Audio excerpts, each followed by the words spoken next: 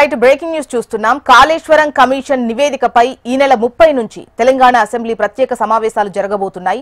ఇటీవల ప్రాజెక్టు అవకతవకలకు సంబంధించి justice PC Ghosh commission ప్రభుత్వానికి తుది నివేదిక అందించిన విషయం మనకు తెలిసిందే. బాధ్యులపై క్రిమినల్ చర్యలకు ప్రతిపాదించింది. దీంతో కమిషన్ రిపోర్ట్ను అసెంబ్లీలో ప్రవేశపెట్టి చర్చించాలని ప్రభుత్వం నిర్ణయం తీసుకుంది. ఇందుకోసం ఈ నెల 30 నుంచి 5 రోజుల పాటు అసెంబ్లీ నిర్వహించనున్నట్టుగా తెలుస్తోంది. మరిన్ని డీటెయిల్స్ అందించేందుకు రీజనల్ కోఆర్డినేటర్ అశోక్ సిద్ధంగా ఉన్నారు. అశోక్, జోష్గా మనం చూస్తున్నాం కాళేశ్వరం ప్రాజెక్టు సంబంధించినటువంటి అవకతవకలపైన ఈ నెల 30 నుంచి ఏదైతే ప్రత్యేకంగా అసెంబ్లీ సమావేశాలు నిర్వహించాలని చెప్పేసి తెలంగాణ ప్రభుత్వం నిర్ణయించింది. ఇప్పటికే అయితే ప్రాజెక్టు సంబంధించి కాళేశ్వరం ప్రాజెక్టు పైన కమిషన్ గా పిసి ఘోష్ నియమించింది. PC Ghosh commission Kaleshwaram project సంబంధించిన అవకతవకలు కావచ్చు, నిర్మాణం కావచ్చు, నాణ్యత లోపాలు కావచ్చు, జరిగినటువంటి ఆర్థిక నష్టం పైన కూడా ఒక కీలకమైనటువంటి రిపోర్ట్ ను ప్రభుత్వానికి సబ్మిట్ చేసింది. ఆ సబ్మిట్ పైన కూడా ఇప్పటికే సీఎం రేవంత్ రెడ్డి, ఇరిగేషన్ శాఖ మంత్రి ఉత్తమ్ కుమార్ రెడ్డి, సిఎస్ రామకృష్ణతో కలిసి ఇతర అధికారులతో కూడా చర్చించారు.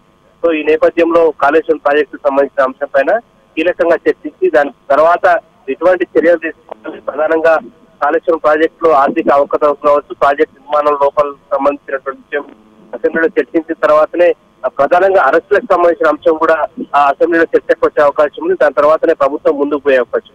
సో ఏది ఏమైనప్పుడు కూడా కాళేశ్వరం ప్రాజెక్టు సంబంధించి పిసి ఘోష్ నివేదిక ఇచ్చిన తర్వాత కీలకంగా ప్రభుత్వం నిర్ణయం తీసుకోబోతుంది. ఈ నేపథ్యంలోనే ప్రత్యేకంగా అసెంబ్లీ సమావేశాలు ఈ నెల 30 నుంచి 5 రోజుల పాటు నిర్వహించనుంది. అండ్ అశోక్, ప్రస్తుతం 5 రోజుల సమావేశాల తర్వాత ప్రత్యేక కమిటీ గాని కమిషన్ మళ్లీ వేసేటువంటి అవకాశాలు ఉన్నాయా, లేదంటే డైరెక్ట్ గా క్రిమినల్ ప్రొసీజర్స్ ఏవైతే ఉంటాయో ఆ విధంగా డీల్ చేసే అవకాశం ఉందా? ఇప్పటికే ఈ కమిటీకి సంబంధించి 6కు చేరాయి అని చెప్పేసి పెద్ద ఎత్తున అటు బీఆర్ఎస్ నుంచి కూడా విమర్శలు వస్తున్నటువంటి క్రమంలో ఏ విధంగా ఉండే ఛాన్సెస్ కనిపిస్తున్నాయి?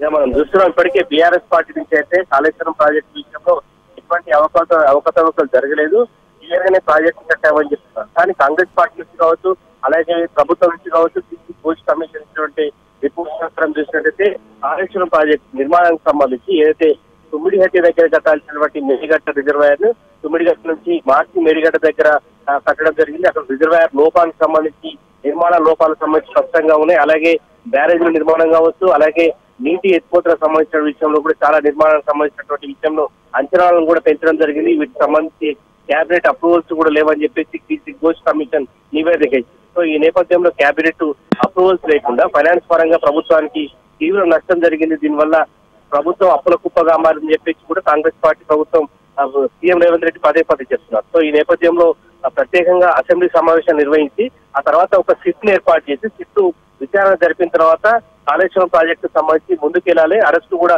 కొనసాగే అవకాశం ఉంది. దీంట్లో ఆర్థిక పరంగా అవకతవకలు పాల్పడిన వారిపైన కూడా చర్యలు తీసుకునే అవకాశం ఉంది. సో ఈ ప్రాజెక్టు సంబంధించి కమిషన్ రిపోర్టు ఆధారంగా ప్రభుత్వం అయితే ఖచ్చితంగా అసెంబ్లీలో చర్చ జరిపిన తర్వాత ఖచ్చితంగా ఒక సిట్ ఏర్పాటు చేసేటువంటి అవకాశం అయితే మనకు కనిపిస్తుంది. అండ్ అశోక్, ముఖ్యంగా అంటే ఇప్పుడు ఈ చర్చకు సంబంధించి ఆల్రెడీ ఏవైతే 600 పేజీలకు పైగా ఉన్నటువంటి తుది నివేదిక ఏదైతే ఉందో దాన్ని కూడా ఇంకా స్ట్రీమింగ్ చేసి 60 పేజీలకు, ముఖ్యంగా ఐఏఎస్ అధికారుల యొక్క కమిటీ ఏదైతే 60 పేజీలకు కుదించిందో ఈ రిపోర్టు ఆధారంగా చర్చ జరిగే అవకాశం ఉందా? పూర్తి స్థాయిలో నివేదిక వివరాలు ప్రతిపక్షాలకు అందించేటువంటి అవకాశం ఉంటుందా? డీటెయిల్స్ ఎలా ఉన్నాయి? పదే కూడా సీఎం రేవంత్ రెడ్డితో పాటు టీపీసీసీ అధ్యక్షుడు, ఇతర మంత్రులు కూడా స్పష్టం చేస్తున్నారు. అప్పటి సీఎం గా ఉన్నటువంటి మాజీ సీఎం కేసీఆర్ నేతృత్వంలో ప్రాజెక్టు సంబంధించి డిజైనింగ్ జరిగింది. అప్పుడు ఇరిగేషన్ శాఖ మంత్రిగా హరీష్ రావు ఉన్నారు, ఫైనాన్స్ మినిస్టర్ గా ఈటల రాజేందర్ ఉన్నారు. సో ఈ అందరినీ కూడా ఇప్పటికే కాళేశ్వరం కమిషన్ 115 మందిని విచారించింది. దీంట్లో మాజీ సీఎం కేసీఆర్ తో పాటు హరీష్ రావు, ఈటల రాజేందర్, ఇతర అధికారులు కూడా తమకు సంబంధించినటువంటి ఫిర్యాదులకు సంబంధించిన విషయంలో ఎక్స్ప్లెనేషన్ ఇచ్చారు. సో వీటన్నిటి ఆధారంగా పిసి ఘోష్ వాస్తవికంగా రిపోర్టు తయారు చేసింది. ఆ రిపోర్ట్ ప్రకారం దాంట్లో ఒక అధికారికంగా ప్రత్యేక కమిటీ ఏర్పించి దాంట్లో ముఖ్యమైనటువంటి పాయింట్స్ తో కూడా ప్రభుత్వం ఒక రిపోర్ట్ తయారు చేసింది. సో ఆ రిపోర్ట్ ఆధారంగా అసెంబ్లీలో మొత్తం 119 మంది అసెంబ్లీ సభ్యులకు సంబంధించి వాటిలో చర్చ జరిపి దీనికి ప్రతిపక్ష నేతగా ఉన్నటువంటి కేసీఆర్ కూడా రావాలని చెప్పేసి ఇప్పటికే ఇన్వైట్ చేస్తున్న పరిస్థితి. సో అసెంబ్లీలో ప్రత్యేకంగా చర్చ జరిపిన తర్వాత ఎటువంటి నిర్ణయం తీసుకోవాలి, ప్రభుత్వ పరంగా ఎలా ముందుకు వెళ్ళాలన్న అంశంపైనే చర్చ జరిపే అవకాశం ఉంది. ఆ చర్చ తర్వాతనే ఒక సిట్ ఏర్పాటు చేసి ఆ సిట్ ఆధారంగానే ప్రస్తుతం కాళేశ్వరం ప్రాజెక్టు సంబంధించినటువంటి విషయంలో అటు రాజకీయానికి సంబంధించినటువంటి ప్రమేయం కావచ్చు, అలాగే అధికారులకు సంబంధించి నిర్మాణ సంస్థకు సంబంధించినటువంటి వాటిపైన కూడా చర్యలు తీసుకునే ప్రభుత్వం ముందుకు సాగుతుంది. సో ఈ నేపథ్యంలోనే ప్రభుత్వం కీలకమైన నిర్ణయం అయితే తీసుకుంది. అసెంబ్లీ సమావేశాలు నిర్వహించే దీనిపై ముందుకు వెళ్లాలన్నటువంటి అంశం అయితే ప్రభుత్వం తీసుకుంటే కనిపిస్తుంది. రైట్ అశోక్.